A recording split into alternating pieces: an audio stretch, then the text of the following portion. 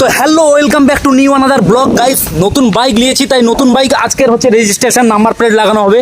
তাই ভাই আমরা আমাদের একই ডিস্ট্রিক্টে 40 কিলোমিটার দূর, মানে আমাদের নারায়ণগড় থেকে ড্যাবরা যাব শোরুম। সেই শোরুমে গিয়ে আমরা নাম্বার প্লেট, গাড়ি বাইকের নাম্বার প্লেট, যেহেতু দেখো ভাই বাইকের নাম্বার প্লেট এখনো লাগানো হয়নি, তাই নাম্বার প্লেট লাগাবো। তো এবং আজকের ভিডিওটা হচ্ছে রাইডিং এবং হচ্ছে মানে গাড়ির যাবতীয় টুকটাক কাজ আছে সেগুলোও দেখাবো। তাই ভিডিওটা কন্টিনিউ দেখতে থাকো। যে রাস্তাটা যাচ্ছি সে রাস্তার ভিউটুগুলোও দেখাবো এবং আমার একজন বন্ধুকে নিয়ে যাচ্ছি সঙ্গে, যেহেতু 40 কিলোমিটার দূর যাব, তো সেই জন্য ভাবছি একা একা কী করতে যাব, তাই তেল ভরে নিয়ে একবারে বেরিয়ে যাব নারায়ণগড় থেকে ড্যাবরা শোরুম। তো বাইকের এখন নাম্বার প্লেট লাগাবো আর মানে বাইকটা প্রথম সার্ভিসিং করব এবং কী প্রবলেম সেগুলো দেখে একটু রিপেয়ারিং করে নেবো, দেখে নেবো কোথায় কী শব্দ হচ্ছে বা কোনো কিছু ঢিলা আছে নাকি। তো ব্লগটা কন্টিনিউ দেখতে থাকো। ব্লগের শুরুতেই আজকের দিনটাই ঘুম থেকে উঠে সকাল 9টার সময় চান টান করে ফ্রেশ হয়ে হালকা টিফিন করে আমরা বাইক নিয়ে বেরিয়ে আসলাম। আর মোটর ব্লগিং করতে গিয়ে আজকে দেখি পাবলিক রিঅ্যাকশনটাও এক্সেল সুপার 100 নিউ মডেল দেখে সেই চড়া হাওয়া দিচ্ছে, যেন আজকে শোরুম থেকে বের করে এনেছি। তাই আজ বাইকের জন্য মনে হচ্ছে মানুষ একটু বেশি ভিউ দিচ্ছে, কেউ তাকাচ্ছে, কেউ আবার হাসছে, কেউ আবার ঘাড় ঘুরে দেখছে, কেউ আবার হাত দিয়ে টাটা করছে। হ্যাঁ, কম দামি বাইক হলেও পাবলিক রিঅ্যাকশন দেখছি মোটামুটি ঠিক আছে, কিন্তু ভাই এই ডগেস ভাইদের রিঅ্যাকশন দেখছি পুরো জিরো। এই মালগুলো মনে হচ্ছে সুপার বাইক ছাড়া কোনো রিঅ্যাকশন দেয় না। আর এটাই হচ্ছে আমাদের কাছাকাছি ভাইরাল তালতোলা। আমাদের এখানে শুধু তালতোলা নয়, বাঁশতলাও প্রচুর ভাইরাল। তাই লোকের পিছনে বাঁশ দিতে দিতে কনফিডেন্স হারিয়ে যেতে এখন শুধু বাঁশের ঝুড়ি বানাতে দেখা যায়। দেখো, ভালো মন্দ শুধু মানুষের নয়, একটা জড় বস্তুরও থাকে, সেটা একে কেনার পর আমি বুঝতে পারলাম। আমরা বাড়িতে পেট ভরে খেয়ে এসেছি, তাই কথাও বলতে পারবো, হাত পাও নাড়তে পারবো। একটাই প্রবলেম, কিন্তু বেশি দূর হাঁটতে পারবো না। আর এই গাড়িটার উপরে বসাতে পারবে, লাইট জ্বালাতে পারবে, কিন্তু না খেলে ছুটতে পারবে না। এবারে চলো, আরো অনেক দূর আছে, আরো অনেক কিছুই দেখতে হবে।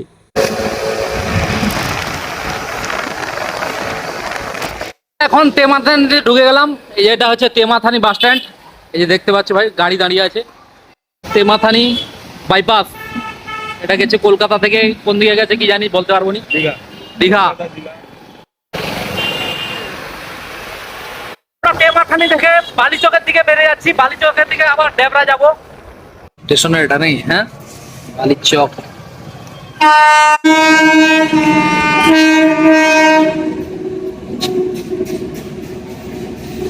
ফাইনালি চলে আসলাম আমরা শোরুম, দেখাচ্ছি।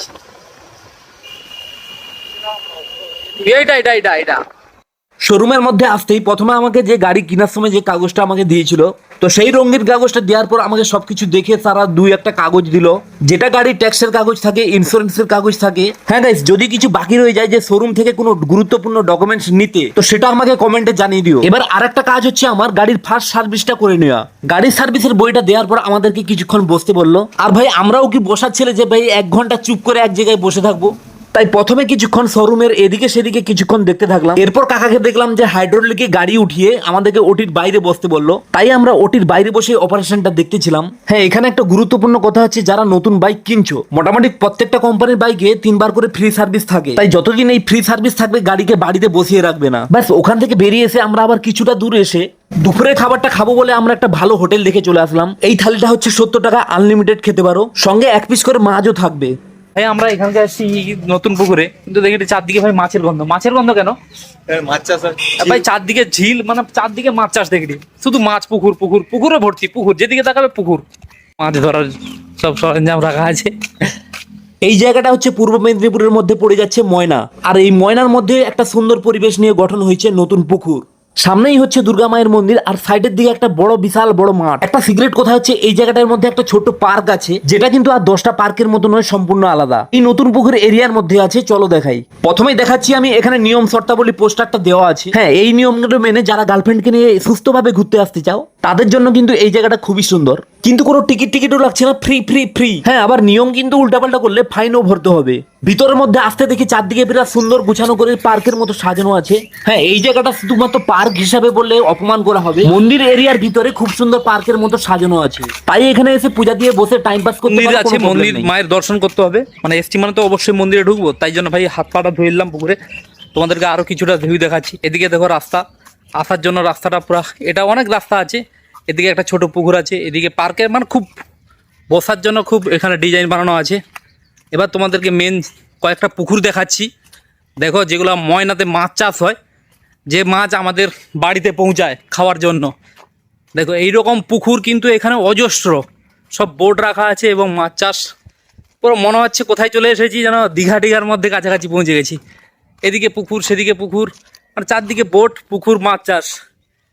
তো কেমন লাগছে আজকের ব্লগটা অবশ্যই কমেন্ট করে জানাবে। তো এই যে হচ্ছে বোট রাখা আছে এখানে, সব এগুলো সব মাছ চাষ করা হয়। এই সব চিংড়ি মাছের চাষ, চিংড়ার চাষ, বিভিন্ন রকমের মাছের চাষ, পোনা মাছের চাষ, সব রকম চাষ, মানে যেদিকে দেখবে এইরকম টাইপের কিন্তু পুকুর। তোমরা অবশ্যই এসেছো, কেউ কেউ জানবে, যারা আসনি দেখতে পাচ্ছ, এটা হচ্ছে আমাদের পূর্ব মেদিনীপুর ময়না নতুন পুকুর। মানে এখানে টোটাল সব এইরকম ফিশারি টাইপের পুকুর, বড় বড়, খুব বড় বড় পুকুর। এটা কি গাছ, ফল হয়েছে, অর্জুন ফলের গাছ, কত সুন্দর ফল হয়েছে। এই আস্তে আস্তে অনেক দূর, তো অনেক দূর থেকে এসেছি, পরে চুল টুল কেমন হয়ে গেছে। তো এখানে ভোলে বাবা মূর্তি রাখা ছিল, জলে ধুয়ে ধুয়ে হয়ে যাচ্ছে, দেখতে পাচ্ছ। আর ভিউটা কেমন আসছে কমেন্ট করে জানাবে। আর গাইস, যদি তোমরা একটু ঘুরতে টুরতে আসতে চাও, এখানে পার্কের থেকেও বেশি মানে আরো সুন্দর পরিবেশ। আর এখানে টিকিট টিকিট তো কোনো কিছুই নিল না দেখলাম। তো এখানটায় মানে পরিবেশটা এত সুন্দর, দেখতেই পাচ্ছ তোমরা। পুরো পিছনের দিকে তোমাদেরকে দেখাচ্ছি, পার্কটার টাইপের সেরকম পুরো বানানো আছে, মন্দিরও আছে, তোমরা এসে পূজাও দিতে পারবে। আরামসে চলে আসো, তাহলে আমাদের এখানে ময়নাতে চলে আসবে। ময়নাতে নতুন পুকুর বললে, যাকে কেউ বললেই পৌঁছে দেবে। বা গাড়িতে যদি, বাইকে যদি আসো, তাহলে ময়না থেকে, মানে ময়না, এটা ময়নাই, নতুন পুকুর যাকে বললেই দেখিয়ে দিবে। এই দেখো মন্দির, সেখানে ভিউটা কেমন দেখাচ্ছে। এখানে একটা পুকুর আছে, সেদিকে ঘাট, সেদিকে চান টান করার জন্য। সেদিকে ওই মন্দিরের সাইডের দিকে একটা ঘাট আছে, চানও করতে পারবে আরামসে। আর এদিকেও পুকুরের মাছ চাষ, মেঘের আকাশ পুরো।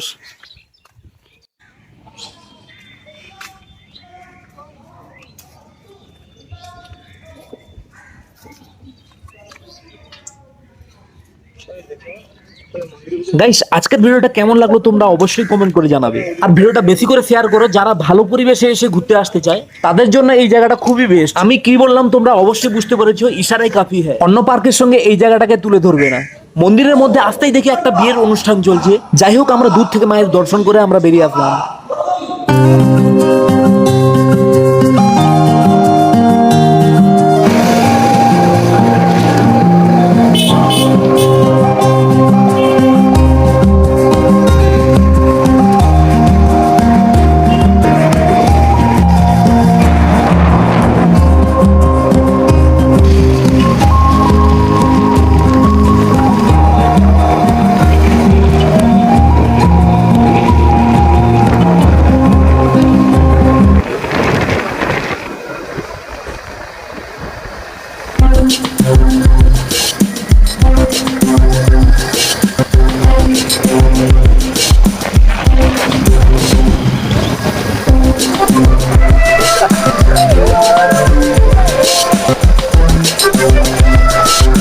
তো গাইস, রাস্তায় আস্তে আস্তে এই গাছের একটা ফল দেখতে পেলাম। এটা কি গাছের ফল আমি মনে হচ্ছে, এটা সে ননি গাছের ননি ফলের মতো দেখাচ্ছে। দেখো, এটা ননি ফল হলে তো ভাই এর গুরুত্ব অনেক বেশি। এটা তোমরা কমেন্ট করে জানাও কি গাছের ফল।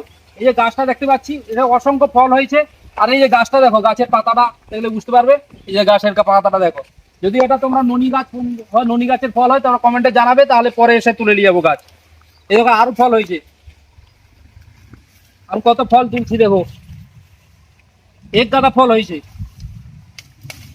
এই দেখো কত ফল হয়েছে। তো এটা কমেন্টে তোমরা জানো এটা কি গাছের ফল, কি ফল। এটা মনে হচ্ছে জংলি ননি ননি নাকি, যেটা ননি ফল হয় সেই রকম জংলি ননি নাকি, তোমরা কমেন্ট